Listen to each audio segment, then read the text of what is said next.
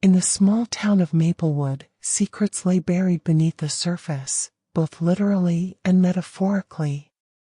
Sarah Mitchell had returned home after her grandmother's passing, looking to find solace in familiar places.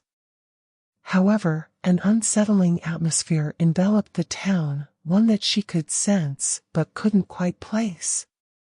The locals spoke in hushed tones about strange occurrences, missing persons, odd noises at night, and an old legend about underground tunnels that were said to connect to a long-abandoned military installation. Intrigued, Sarah began her own investigation. She spent hours at the town library, poring over old newspaper clippings and government documents. The deeper she delved, the more she uncovered about Project Elysium, a clandestine government initiative rumored to have taken place during the Cold War. The project allegedly involved experiments on human subjects, leading to the development of advanced technology aimed at enhancing human capabilities, an endeavor cloaked in secrecy and terror. One evening, fueled by a mix of curiosity and apprehension, Sarah decided to explore the woods that bordered the town. Armed with an old map she had pieced together, she followed a path marked by faded markers that hinted at the existence of the tunnels. The moonlight cast eerie shadows as she walked, the chill in the air heightening her sense of urgency.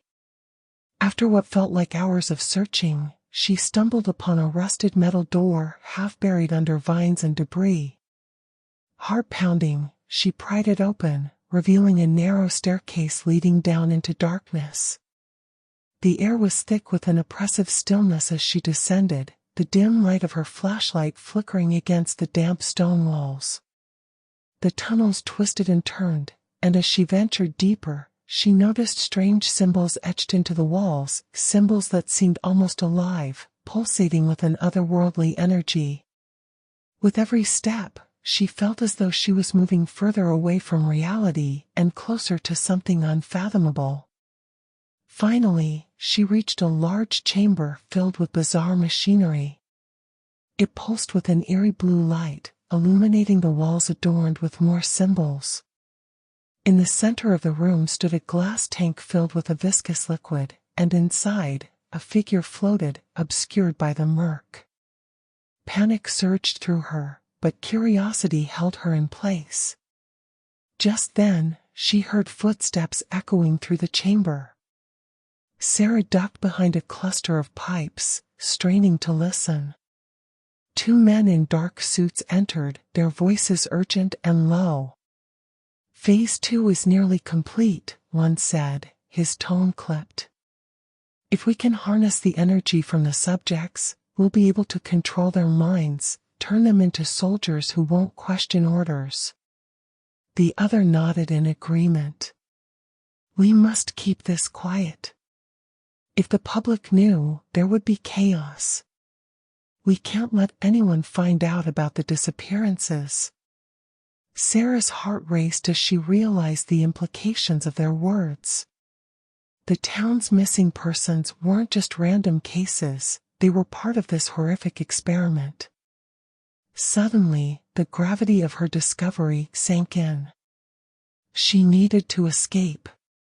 As she quietly retraced her steps, the sound of her own breathing grew louder in her ears. Her mind raced with thoughts of what she had witnessed. Bursting through the door into the cool night air, she ran until she reached her car, breathless and terrified. The quiet of Maplewood felt more oppressive than ever, and a sense of dread filled her. In the days that followed, Sarah became increasingly paranoid. Shadows seemed to watch her from every corner, and she noticed unfamiliar cars parked near her home. It was as if someone was following her every move. The fear of the government finding out that she knew too much loomed large. Yet, she couldn't shake the feeling that she needed to act. Determined, she decided to attend a town hall meeting to confront the mayor and the townspeople with what she had discovered. As she entered the dimly lit hall, she could feel the weight of the atmosphere pressing down on her. The mayor, a charismatic man with an unsettling smile, spoke confidently about the town's future, but Sarah felt an undercurrent of deception in his words. When it was her turn to speak, the room fell silent. "I found the tunnels," she declared, her voice steady despite the racing of her heart. "And I overheard a conversation about Project Elysium. People have gone missing because of it." Gasps erupted from the crowd, and the mayor's demeanor shifted dramatically. "This isn't the time for wild accusations," he snapped, but Sarah pressed on, recounting her harrowing experience in the tunnels.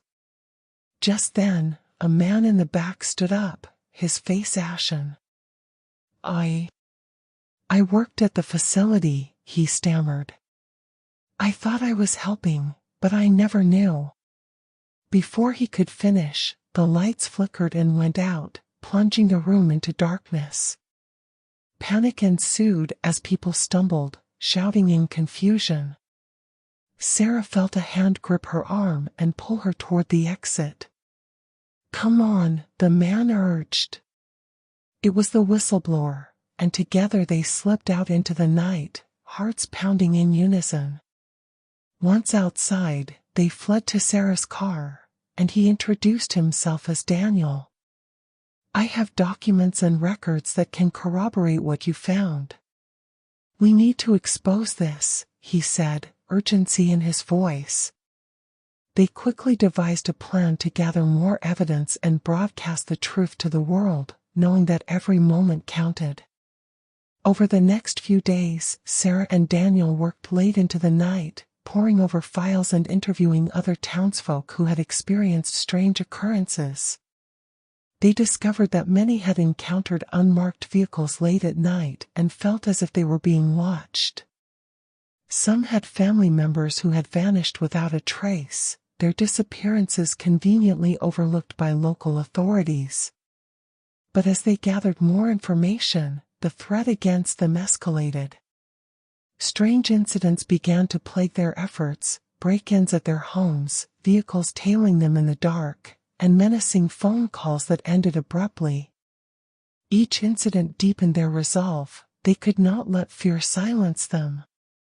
One night, while poring over documents, Sarah received an anonymous tip via email. "They are planning something big. Meet me at the old quarry at midnight. Bring proof." Her heart raced with a mix of excitement and dread. Who could this be? Could it be someone trying to help, or a trap? With Daniel by her side, she decided to go. As they arrived at the quarry, a sense of foreboding settled over them. The moon cast an eerie glow on the jagged rocks, and the sound of water lapping against the shore added to the unsettling atmosphere. They waited, hearts pounding, eyes scanning for movement. To be continued. Look for Shadows of Truth Part 2.